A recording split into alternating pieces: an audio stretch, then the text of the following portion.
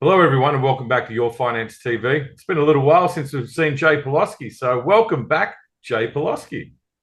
Happy to be with you, Scott. And I understand you are doing dad duty in California. Is that right? That is correct. I'm over here for a water polo tournament for one of my kids. I'll be definitely looking after a lot of kids while I'm here. But we're not here to talk about water polo. We're here to talk about your Friday musings. And the title for this one is No More Mr. Narrow Market. Now, explain to the viewers about this title. Yeah, well, I always try to have a little something special there in the title. And this one came to me as a result of having to get up very early yesterday morning. I was guest hosting on that other network, Bloomberg TV, at the 6 o'clock hour. And as I was prepping my comments, it came to me that, we're no longer talking about the narrow market, right? Up until very recently, we had a crescendo of commentary about, oh, breadth is horrible. Oh, it's only 7 stocks. Or you have to own, 5 stocks or you're not performing. And it reached a crescendo. And of course, just as things always happen that way, right? As soon as the crescendo is reached, boom, we go the other way, right? And so you had a massive rotation into small caps, which many people have commented on. And that's been, record breaking, happened only a couple of times in the last 50 years. But it's important to note, as we did on Bloomberg yesterday morning, that it's not just small caps, right? We did this week our model portfolio update, and as we do every time, once a month when we update our models, we look at all the technical positions of all the holdings, all the indices, all our potential adds. And what was clear out of that was that many segments of the market are breaking out. And I'll just give you 2 examples. One would be the thematic space, where you have biotech, fintech, robotics, all breaking out to new 2-year highs in the case of many of them. And you also have a situation in the CapEx space, where, again, beneficiaries of lower interest rates. These are all beneficiaries of lower interest rates, easier money, CapEx space, small caps, thematics, etc.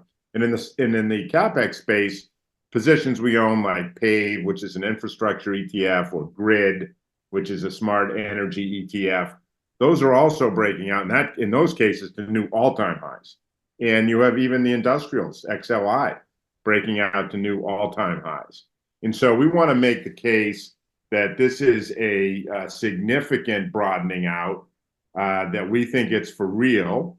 We note a Whaley breadth thrust was noted in the small cap space, which is typically only seen during the beginnings of big up moves. And so we're kind of in the fun strat camp, where we think this small cap move could mirror the one that happened from October to December of last year, meaning 30 to 40% up move. And so to us, that's where the title really comes from, right? That it's no more Mr. Narrow Market. We are in a broad-based bull market that, by the way, is global. So I'll finish up on the point that ACWI, All Country World, new all-time highs. EFA, developed markets, new all-time highs. ACWI ex-US, 2-year high. Even emerging markets, which have been left for dead.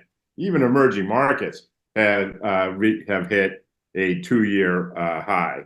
And so to us, it's important to note this rotation we think is sustainable. The little retracement we're seeing here with tech coming off, with some of the leaders, some of the small caps even pulling back a couple of percent, all that's healthy, right? It's working off the optimism and excess sentiment that developed very, very quickly. And so to us, the rotation is way more powerful than the little pullback. And if you're worried about big tech, all you have to do is look at TSMC's results the other day, phenomenal results. And so the fundamental underlying strength of the AI age, we continue to be big believers in. So we're not been shaken out of any of our positions, continue to be constructive on risk assets. One of the things we've like to do this year, and it's getting a little closer to 12 months we've been doing this, is talking about your 2024 global macro surprises. Always good to go back and look. We've had a bit of a break, I should say, since our last show. Can you talk to us about, or give us an update on those macro surprises? Yeah, and that's a great point, Scott, because that's really what keeps us grounded. Things are whipping around very, very quickly. Moves that happen a couple of times in 50 years are happening with frequency. And so it's really important to be grounded, particularly as a global macro shop, which is what we are at TPW Advisory, right? We look at stocks, bonds, currencies, commodities all around the world. And so we need to have a process to be grounded so we don't go chasing after, the latest shiny object or get excess concern about a little dumpster fire over here. And so in October, when we wrote our 2024 outlook, as you so nicely recalled, we titled it Surprise, Surprise. And in that, we identified 4 global macro surprises that we thought were going to be important for 2024. The first was lower inflation sooner than expected, clearly manifesting on both sides of the Atlantic, leading to the ECB to have already started to cut rates and leading the Fed, as we've just seen with some very benign prints on the inflation side over the last month or so, to likely cut rates beginning in September. And so that's really, really important because it's important for investors to understand.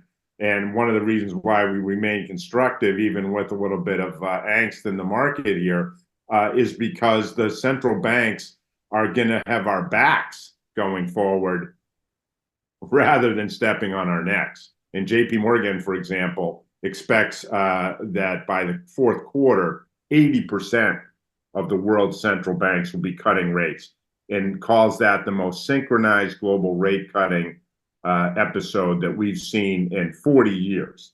So that's a real important plus in our view. So the second is better productivity. That's happening, unfolding through AI, through full employment, et cetera. But we want to focus on the last two: return to stability, which is number 3, and then early cycle, which is number 4. So return to stability, we look at the VIX, we look at the MOVE index, we look at inflation volatility. All of those have been very quiescent throughout the first part of 2024. And notwithstanding the VIX today being at 16, I know we look at the data every day. It's not Volmageddon, right? This is going to ebb. Central banks cutting rates, growth still at 2%, notwithstanding all the geopolitics, right? There are tons of things that you can get all excited about if you want to on the geopolitical side, but markets don't really care. And therefore, neither should we. And then the fourth is that early cycle thesis, right? A lot of people over the last 2 years have been calling for recession, calling for, growth to fall off a cliff, calling for earnings to disappoint. We've been steadfastly on the other side of that point of view, right? Our view is we are early cycle in a global economic recovery. And we love to quote other third parties to support our views. And in this case, we'll use Renmac, which is a great firm. And they pointed out last week that 60% of the global manufacturing PMIs that they follow are in expansion mode.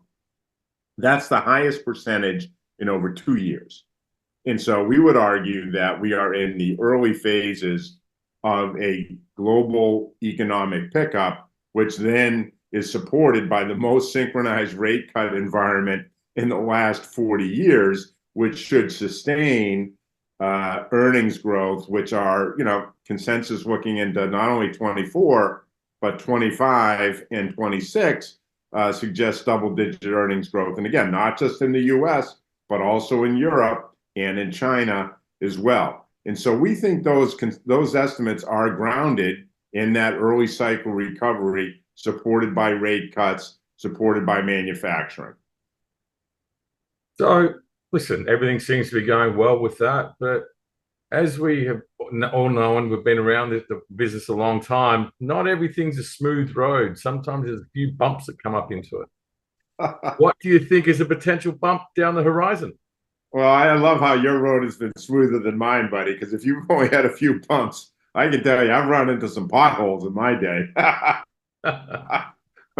um, yeah, but as you say, yes, always a bump, always a pothole. I use the term in my musings, fly in the ointment, or in the case since we're in the summer here in the U.S., flies in your house when you're opening the door, going in and out. Flies come in and you're swatting them, and all the rest of it. So the fly in the ointment here, we think, is the potential for a second Trump term. Now, we're not talking about, we're going to leave the social part, aside, the convicted felon, the likely treasonist, the insurrectionist, and we'll talk about the economic policy mix, which not only us, but Goldman Sachs, Moody's, Peterson Institute, 16 different Nobel laureates have all said that a policy mix that includes massive tariff hikes, mass deportation.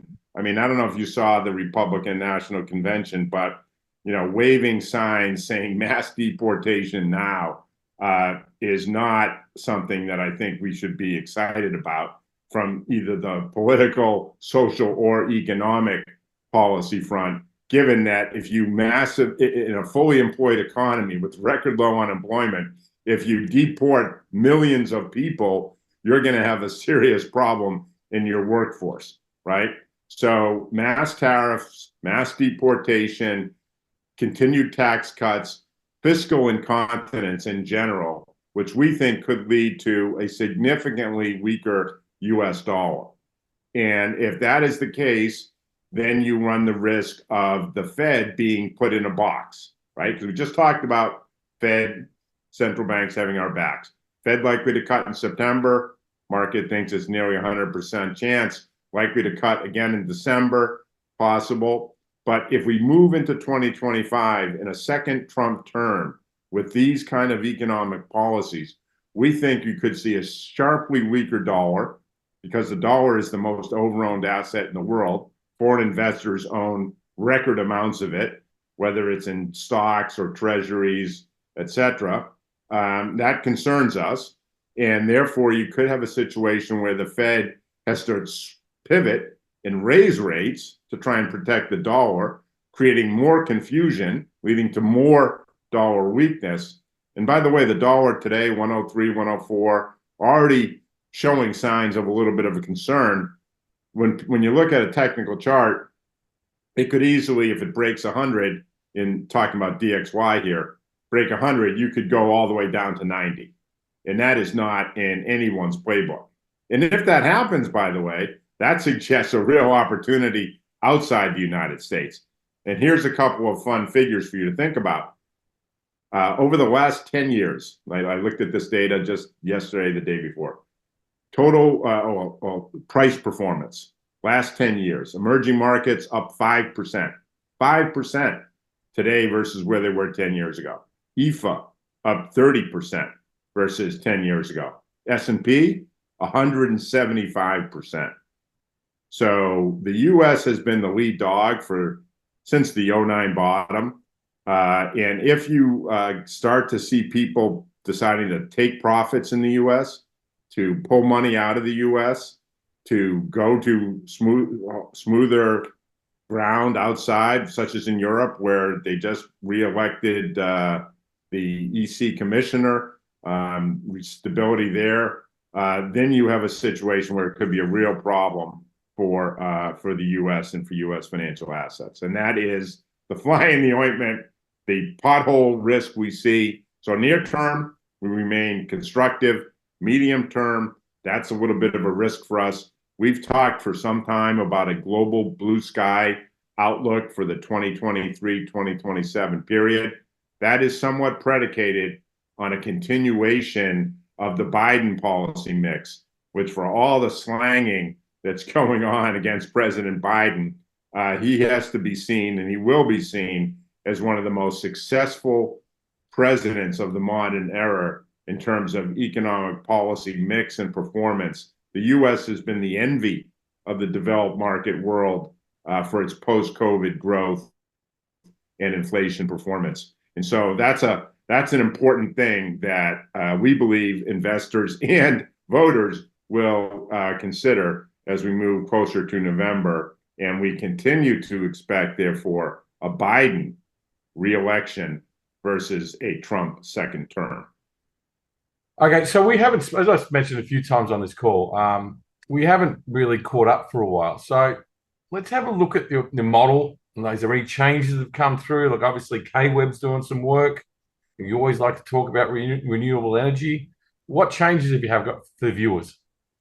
Well, that's great timing because we did, as I think I mentioned at the top, we just did update our models, which we do typically once a month.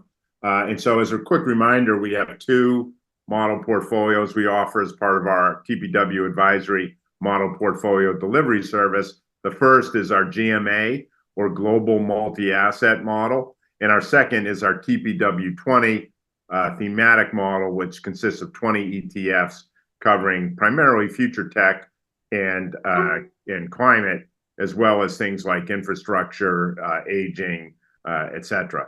And so in the GMA, we have been and remain fully invested, as we have been for the last 18 to 24 months, overweight equities, overweight commodities, and deeply underweight fixed income, which we have been calling the bear market in fixed income again now for several years. So we're actually zero weighted in U.S. Treasuries, which when you get to put that in context of our benchmark, 50% ACWI, 40% Barclays Ag, and 10% Goldman Sachs Commodity Index. So the fact that we're zero weighted in Treasuries when our benchmark is 40% the Ag, you can see where we are in our point of view on things in the world. So we really haven't made many changes. We continue to own our small cap position, which we've had all year, IJR. We continue to be constructive on some of that thematic space we talked about, biotech, fintech, robotics. We hold all those, PAVE and grid, which we talked about in the CapEx side. All of these are portfolio holdings. The one change that we did make that's probably worth noting for your viewers is that we did reinstate a position in Bitcoin. And this is due primarily to our concerns about the dollar and worries that if the dollar is going to weaken, one could argue whether the euro is super attractive or the yen or EM. Gold is doing fine. We own the miners, but we want to put in a little bit more kind of insurance against that medium-term risk we talked about. So we have added a position back into Bitcoin. On the thematic side, on the TPW 20 side, the positioning we've had year to date has been one where we're significantly underweight renewable energy and overweight the future tech infrastructure space, the biotech space, things of that nature. And that's really because you have a situation where, on the one hand, and it's a bit of a dichotomy, on the one hand, you have massive increases in installed renewable energy around the world, right? And that's a good thing. But on the other side, you have excess capacity in many of the solar, wind spaces, even in the battery space, in the EV space. And so that has led to slumping stock prices, right? So when we rank our positions or run through the performance, it's pretty consistent year to date that clean energy space tends to be the laggard, and that has been the case again over the latest period. So we continue to be underweight renewables. We added to infrastructure, to grid, which I noted earlier in this latest go round. But really, we're pretty confident and comfortable in our positioning, and we are long-term holders here at TPW Advisory. We don't swing our portfolios around a lot. We take a point of view grounded in things like the 4 for 24 macro surprises, and then position accordingly using only ETFs. And so that's kind of an update. Obviously, anyone who's interested, reach out and we can talk much more about the model portfolios, but that is a service for which we charge a fee. Maybe I can go to Pelosky.com to find that. Exactly right. All right, Jay, listen, thank you so much for your time. Looking forward to getting some more updates for you in the coming weeks. Until next time, have a great weekend. Thanks, Scott, and great luck to you and the boys at the water polo tournament. Thanks very much, Jay. And for everyone else out there, good luck investing.